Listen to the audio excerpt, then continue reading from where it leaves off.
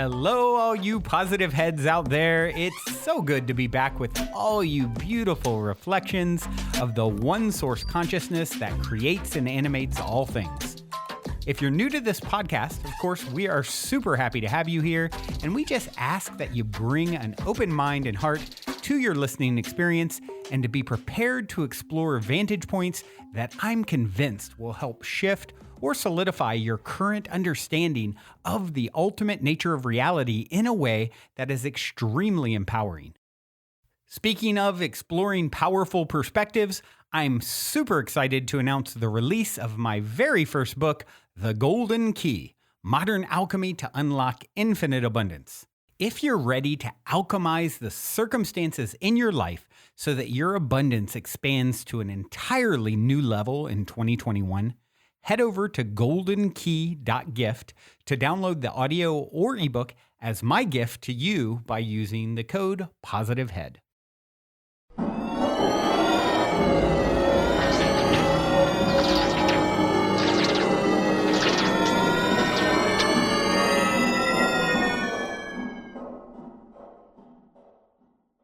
Greetings and salutations, positive heads. Here we go again. So happy to be here with you guys to answer some questions today, discuss some otherworldly, beyond the veil, magical weirdness. Seems like a good day for that. I think it's a good day for that. Do you think it's a good day for that? Apparently you do. You're here. And before I jump in, I do have a review I would like to read. I do that at least once an episode.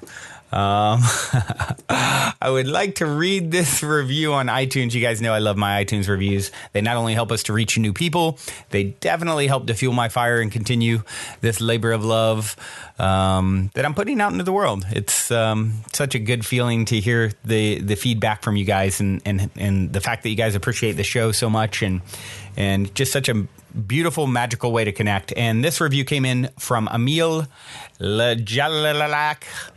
something like that. Best podcast, simply what the title states. 5 stars. That's it. Short, sweet, to the point. Thank you, Emil. I have another one here I'll read since that one was brief. This one is by Hessa Janiak. So guiding and helpful. I thought I had reviewed a couple times before, but I have no record of it going through. I love Brandon and the guest he invites on his show.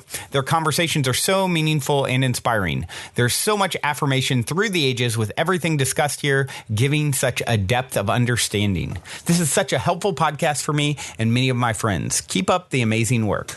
Oh, thank you, Hessa, for taking the time to push the review through. I have had other people tell me that they've had issues with reviews, and iTunes can be a little wonky sometimes. And then some people aren't, Apple users and don't have iTunes. Of course, you can find the show on Google Play. You can find it on any of the podcast apps. SoundCloud will be on Spotify soon. Not quite yet, but soon enough. And I believe there's a way to even review on iTunes, even if you're not currently on there. You can sign up for a free account and review.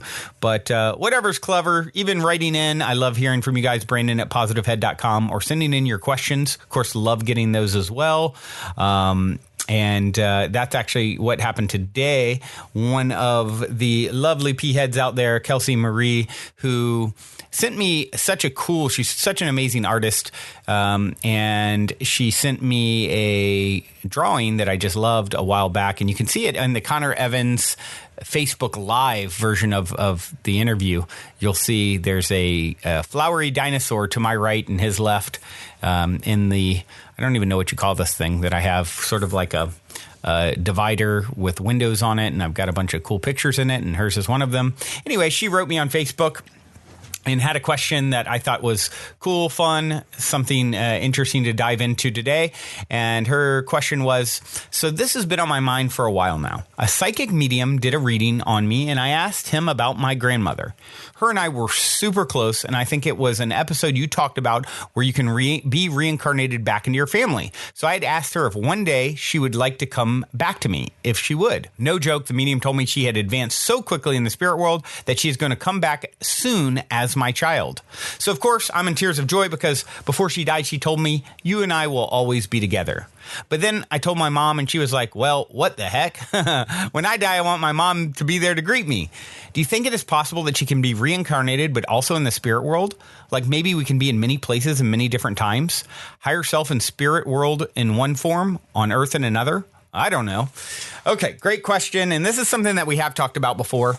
And certainly I'm no expert, but I certainly have lots of thoughts and theories and have explored a lot. And I actually was supposed to interview Georgina Cannon yesterday, and we had to reschedule that interview. But she is a reincarnation specialist and does past life regressions and years, decades of study on reincarnation. So that's a forthcoming episode for you guys to look forward to. And of course, this question came in right after I was supposed to do that interview. I'm like, well, I'll get to talk about reincarnation yet.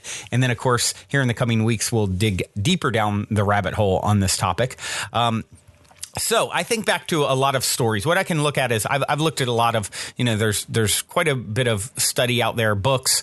Brian Weiss comes to mind, who has done lots of past life regression and people healing through remembering past lives. Of course, one of the things that comes to mind is the late psychic Sylvia Brown, who talked. I remember one time seeing her talk about how I want to say her granddaughter had been her grandmother previously.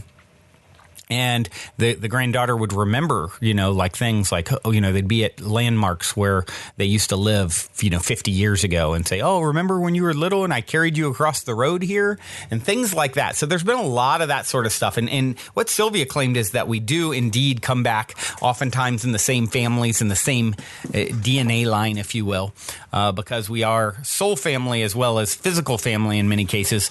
And so there will be these sort of recurring, recycling back into the same genealogy. So I definitely believe that's a possibility. Another person on the Facebook group, by the way, if you guys haven't gotten on Positive Heads, the private Facebook group where listeners are connecting and opening up and sharing and supporting and asking questions. And it's a wonderful, wonderful spot on Facebook.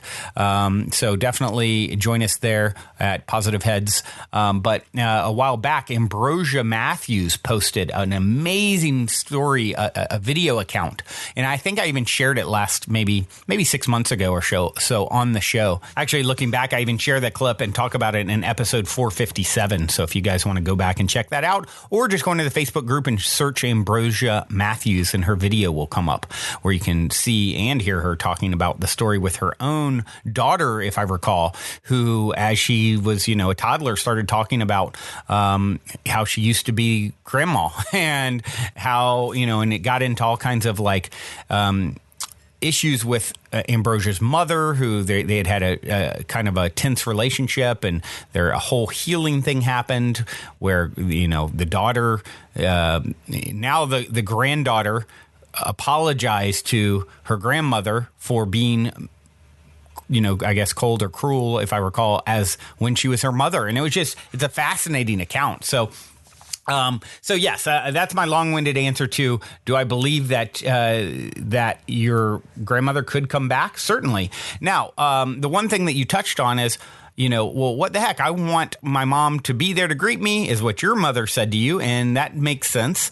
And here's the thing, and I think back to the book Conversations with God, which, if you guys haven't checked out, I highly recommend. There's multiple books, I think like 6 or something, but some of my favorites. And in that book, they talk about how it all works and how the whole reincarnation process happens. And one of the things that's tough for us to wrap our brains around, because we live in linear time, is this idea of, someone being, it's either here or there kind of thing. And what that book talks about, and what I resonate with and believe, is the idea that you can be in both simultaneously in the eternal now. There is no time ultimately. So I believe there's even, my consciousness, if you will, is extended into all kinds of other forms. What would be my quote unquote past lives are happening on another channel right now.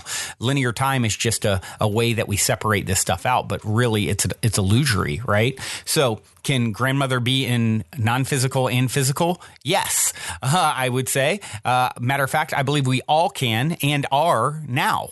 So that's a lot for us to sort of wrap our brains around, because we live in this linear time, and it's, kind of melts our minds to think about being, non-physical, eternal beings. But that's what I believe. And I've heard it said before, even seeing souls on the other side who are in physical, and there's a difference when they have part of their energy diverted to physical interaction, right? So I think that's kind of an interesting concept. It sort of makes sense if you're dealing with beings on the other side, right? And you're connecting with a being, but part of that being's energy is diverted into a physical body, like their toe is being dipped, in physicality, if you will. And let's say you were interacting with them. Well, maybe there's an energetic difference there. There's some level of dividedness that's going on. So maybe they're not quite as fully attentive, or,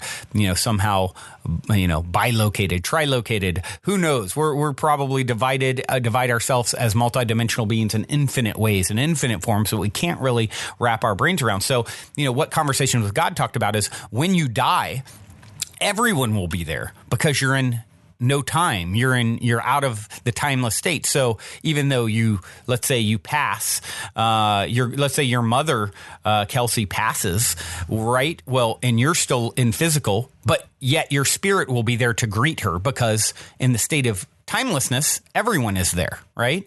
So to me, I really love that idea. It's like such a comforting idea, and such a cool idea, and makes so much sense. It resonates. It sounds true. It feels true in my being. And I often have taken that idea, and I joke a lot. You guys have heard me talk a lot or at times about my father, who's very conservative, strict, religious, he's a part of what's called the Church of Christ. It's very strict, non-denominational, more prevalent in the South. Church. And with that, it's just there's so much rigidity and a lot of fear based around it, and Satan and hell and all this kind of stuff. So me being me, I always joke with him. I was like, well, Dad, and actually when you do cross, it will be a timeless state, which means my soul will be there too, even if I'm still in physical behind you, right? And so when you're looking around, they also say you create what you expect when you first cross, because, you are the creator. You're creating it to some degree. So at some point, I don't know what exactly, he'll see harps and, people singing to God and maybe fanning him or something. I don't know. I don't know what you do for eternity in his heaven. But I'm pretty sure harps are involved. But what I jokingly always say to him is like, since I'll be there waiting for him, and I know his beliefs as he exits, this physical life, I've got to kind of screw with him, and I'm gonna transform myself into a Satan-looking figure with like the whole the whole pointy tail and horns and hooves, and I plan to sort of like create a path where he's looking down the path, and I'm like, like twinkle-toeing between trees, hiding, like coming towards him. With my pitchfork. I don't know. This is just my twisted idea of fun. On the other side, when Pops crosses, it's like I've got to screw with him a little bit. I got to toy with the whole idea of scaring him, or at least making fun of his beliefs in some way that maybe it will lighten him up and realize, oh, that was ridiculous to think there's some monster here waiting to torture me. I'm creating it all. So that's kind of my underlying loving way of getting that point across. So, Kelsey, I think your grandmother can definitely come back to you in some way, shape, or form. She's always with you, like she said. So it's really degrees of separation, right? Because from one perspective, we're all one. It's all the same thing. So, and then at other perspectives, we take these kind of like soul packets form, and that would be your grandmother. And some people would even say, or me, or you, or whatever. And some people even say that we're composite beings, you know, even now, like the consciousness that animates my form is a composite of, you know, many different souls. So it all gets a little heady to wrap your brain around. And it's, you know, I think of actually Teal Swan talks about that being, you know, composite being and how she was a part of, what was the name of this? Sai Baba, I think is the name of the teacher, if I'm recalling. And he was really popular in, you know, well-known teacher, I want to say in the 20s, and now there's a version of him here now, but she was a part of the previous version, but not a part of, you know, now she's, you know, gone on to be Teal. And so interesting stuff when you really dive into it. And I don't think we'll fully understand it. I think any description or attempt to understand will probably fall short ultimately for what the reality of it turns out to be. But certainly, I think it's pretty limitless what can be done. And I think there is some, I do feel there's some truth to the idea that we would come back into our own lineage, if you will. That being said, I would like to share a clip here, a relatively short clip from Esther Hicks, Abraham, talking about reincarnation a little bit and giving some reincarnation clarification. And that's actually the title of this particular clip. And I found it on the Words Crafter YouTube page. Definitely gives you a little more food for thought to melt your mind a little bit. Let's take a listen. Okay, I have a question about non-physical beings. Can I just move it just a little bit more? Yeah, make yourself comfortable. We're just playing with you. Ready? Okay, I do have like two questions. I'll make them they kind of go together a little bit. I have a question about the non-physical beings, like accessing my spirit guides. I know Esther got her Abraham as her spirit guides.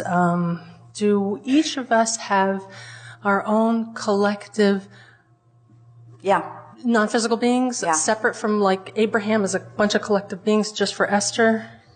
And then there's collective. And the reason why I ask this is because my father was interested in reincarnation and all that stuff, and he got a life reading done years ago, maybe when I was a young teenager, and he was told that there are like a handful of people, maybe 20, that you've lived in other lifetimes together before.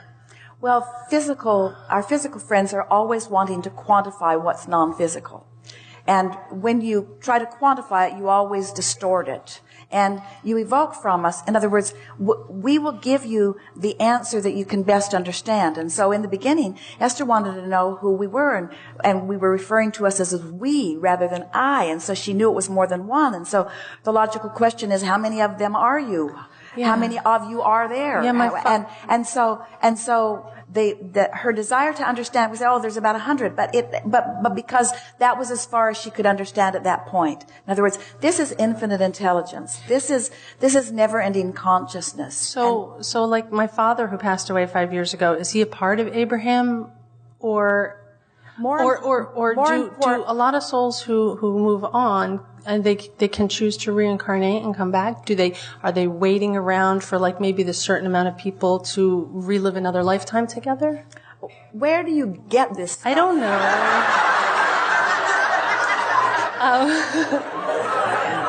I guess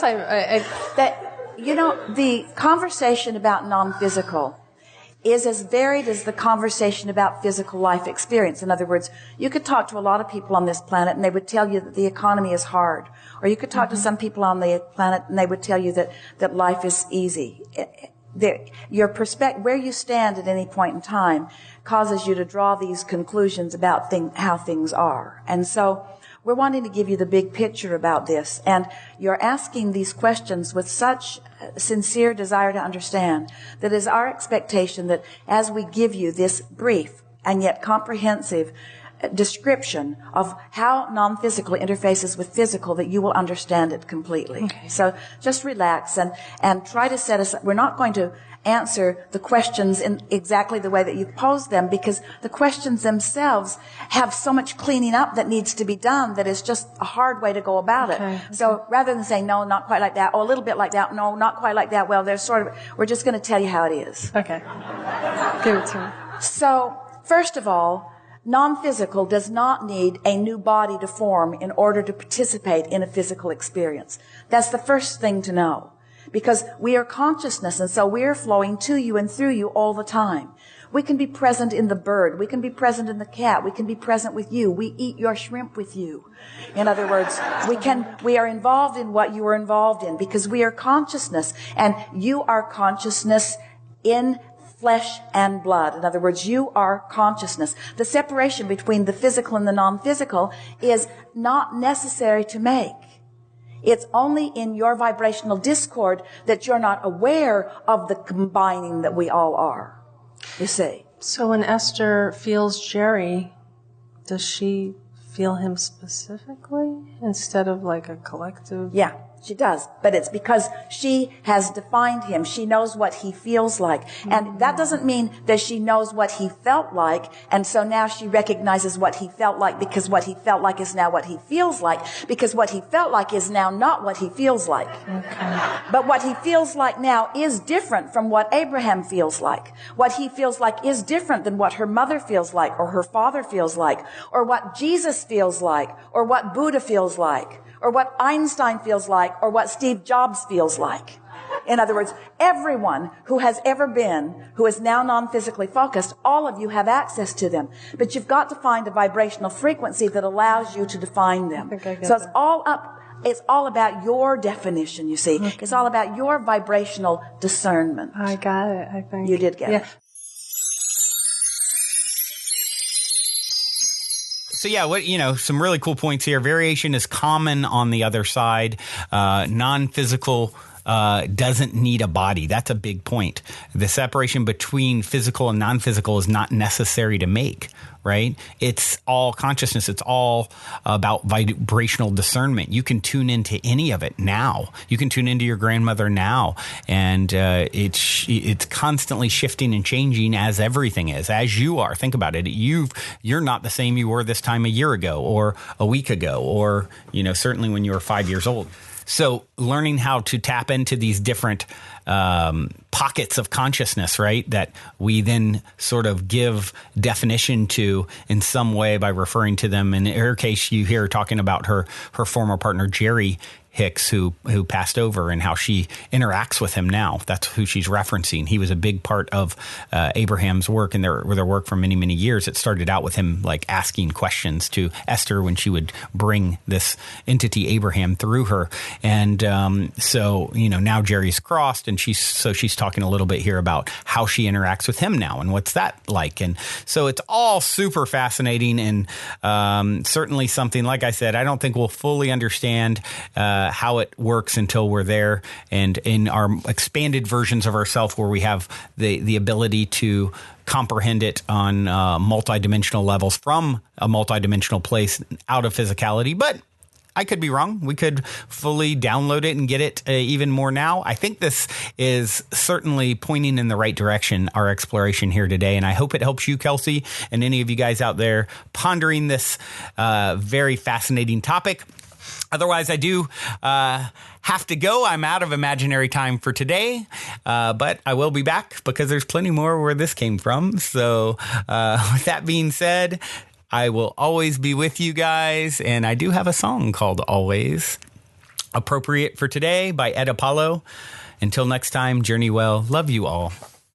Also, before we cue up today's song, as a quick reminder, don't forget to download the Golden Key audio or ebook as my free gift to you at goldenkey.gift using the Golden Key code POSITIVEHEAD.